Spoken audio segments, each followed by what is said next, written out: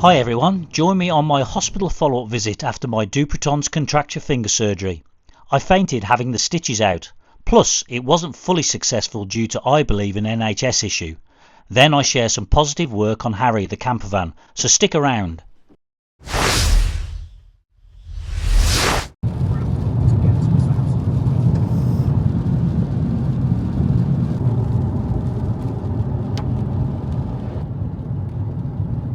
Welcome back to the channel. It's a bit of an early morning. We're off to Oswestry. I'm being chauffeur driven this morning. So it's 2 weeks after I've had my minor op on my hand. I've got to go in and have the cast taken off today, and I think they're going to replace it with a splint from what I can gather. So I've got a 9:30 appointment. Bit of a grey day, to be honest, rainy day. So we're going to make the most of it, and haven't been out for a few weeks, so probably go and do a bit of Christmas shopping. So I've still got it in the sling. I don't use the sling too much, to be honest, but the dressing's pretty caked up with food from food prepped for Christmas and all that, so I could do with the dressing changed anyway, to be honest. There's been no pain really since the op. Maybe the first few days it was, but after that it's been fine.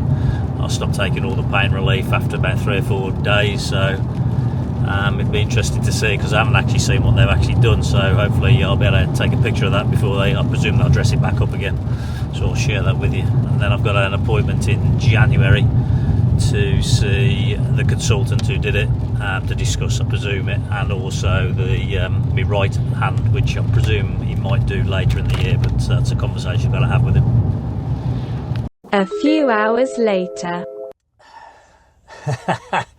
Well, I'm out.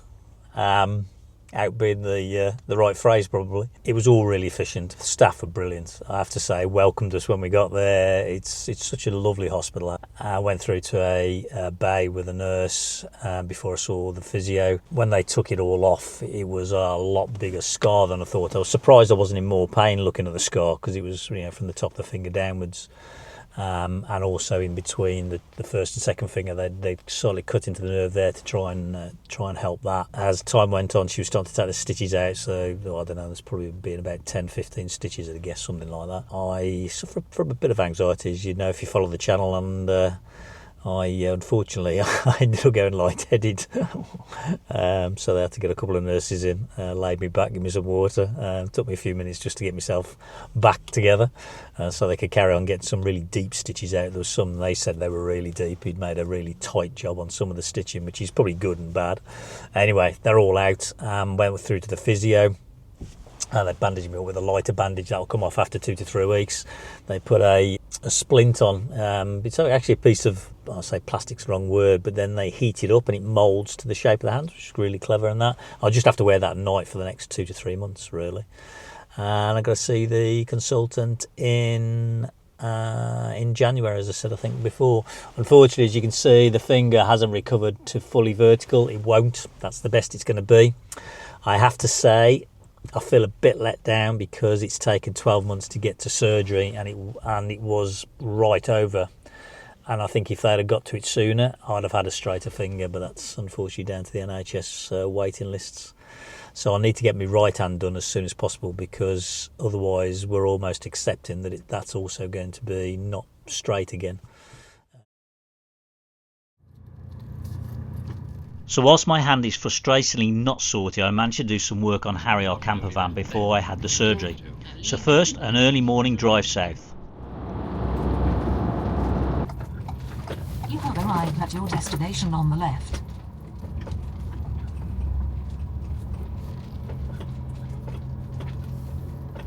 So I'm just on my way back from Auto Campers, who are based down in Winnish in Reading. I've just taken Harry down for a habitation check that I do once a year.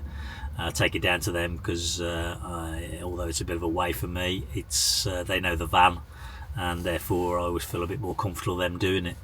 They've had a long list of things they've gone through, and it's all generally okay. They replaced one of the gas pipes that they like to do once every 5 years, so it's a 6-year-old van now, so it was overdue for that, so they've now done that. and also there's little bits and pieces they've noticed with things that's broken, some window tiebacks that I knew about anyway, and also a table bracket had broken, so those things I'm sorting anyway in the background. As ever, there was a bit of waiting around. It took about 2 or 3 hours, so I found a local cafe just to while away the time. Next week I've got to take Harry to my local Ford dealer, Furrows, down in Telford. They've going to book it in for a service, but it's also due to MOT, so fingers crossed on that. Again, there's nothing obviously that I know that's wrong. There may be a slight oil drip underneath. I'll just get them to have a look at that. I already had the wet belt done last year. Obviously Ford changed all the mileage and recommendations of that, so I've had that done already. For our trip to London for the Vietnam demo, I've bought us a motive. So like I said, got a couple of fixes I need to do on Harry, but also we've added a few extra things to make life a bit easier. I have a good list of tweaks. I don't know about you, but in 6 years we're still looking at ways to improve our van life. I'll put all the links to products I have in the description. So one of the things that we frustrate us is that we both have electric toothbrushes, and they often end up here and they often end up falling over. And this area is quite a premium area for stuff. So what we've decided to do, I managed to find these little clips online. I don't know if you can see that there. I'll put the link in the description. And I've just stuck those on. They come with self-adhesive backing. So I've got one there, and I've got one this side for Jane and I. And they just simply drop in. So when you buy them, they actually come with that hole. There's a hole there, obviously to let the sort of goo and any water disperse. But I've blocked that up because I didn't really want it dripping in the cupboard, so I've just glued a piece of white plastic on each of them. We were also given this back panel with pockets. It's from actually a subscriber of ours, Howard and Helen. They'd had it in a van, an auto camper's van, but they bought a bigger van, and they kindly gave us that. And it's been really useful. Just tidies up things, but keeps all sorts of things in there: cables, easy access stuff, little tools, or whatever that be. So we're finding that quite useful. They also gave us these air vents for the windows, which again we used in the hot weather recently on a trip we went on. And again, they found those extremely useful. They sort of trap themselves in the front passenger windows, so I'll show you that. So they just fit into the window connection and sort of jam up. So when you take the window up, just take it up slowly, the window fits in there, so it's nice and secure.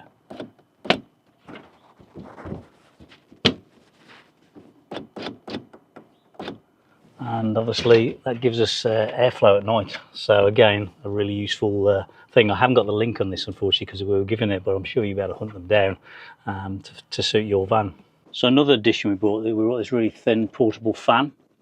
It's actually got 20,000 milliamp hours, so it's quite a high capacity one, and I have tried and used it inside the house when it was really hot weather. Works really well and lasts a long time. Basically on powering up, you've got I think it's 4 settings of power, so 1, 2, 3, 4. That works really well. It also comes on, and there's a stand there if you want to hang it or stand it, freestand it. There also comes a light, possibly maybe useful. And also you can, in case of emergency, you can actually power up or recharge maybe some of your devices through a USB-C port here.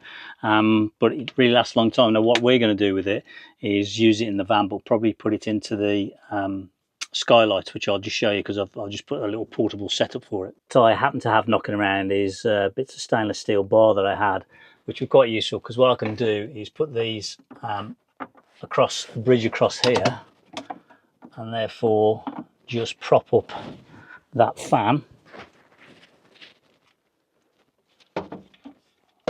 like so, and obviously have some quick, very fast just airflow from the van if we're sleeping at night or if we want a bit of cool air. So that's really I think that might be really useful, to be honest.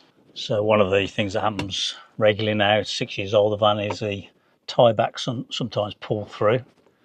So it's a simple fix, to be honest. I just remove the original screw, I'll put a little washer on instead of just a screw alone. That just helps trap the material, and I put that into a different hole on the ribbon on the tie back itself and screw that in.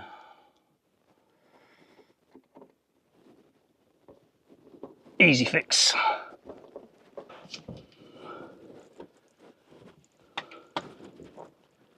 Job done. So the next little fix is these table catches that hold this table on the door. One of them's gone, so they don't do these. I can't get hold of these chrome ones anymore, so I've got a plastic one. So I just need to refit that. The holes are in different places, so I'm going to have to maybe do a bit of drilling. I don't know yet. I'll be honest with you, I don't actually like the plastic and prefer the metal chrome ones, but I can't find any online. So if you know of any, let me know, please. So the other change is that our front internal screens were a bit raggedy, to be honest. The windscreen one, or the silver foil, was starting to peel off, and I was sick to death of the suckers, to be honest. So I wanted to try and get some, certainly magnetic ones for the side. You can't get magnetic ones for the front because there's nothing metal there unless you start sewing or sticking metal on plates on and things like that. But I came across, not a cheap, these are from Kiravans, I think it's called, the site.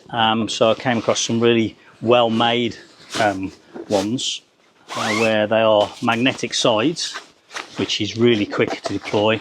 But we've gone for the black exterior to be a bit more stealth looking, because one of the things with the silver, it was very obvious that we were parked up, or the van was screened off and that, whereas the black ones actually hide the van a bit more. Now obviously if we want to use the foil ones for emitting or reflecting the heat, we've also got foil, sort of thin foil blankets we could put over in that if it gets extreme weather and that. But we thought these are going to give these a go. Really well made compared to the others, and they fit very quickly, certainly on the magnetic side. And then the main screen one, the bigger one, is actually rods. So it's got rods to help fix. You still need to have the sun visors down to trap it. But again, this is fast to deploy, but I just don't have all those sticky marks from the suctions, which is, if you're a filmmaker, in a van, that's just nothing worse, keep having marks all over the windscreen. So I'm trying to improve that as well. So looking forward to using those for the first time. So I hope you found that useful, from a partly fix on my hand to some great improvements in Harry. So if you did like it, please hit that thumbs up button, and don't forget to drop me a comment.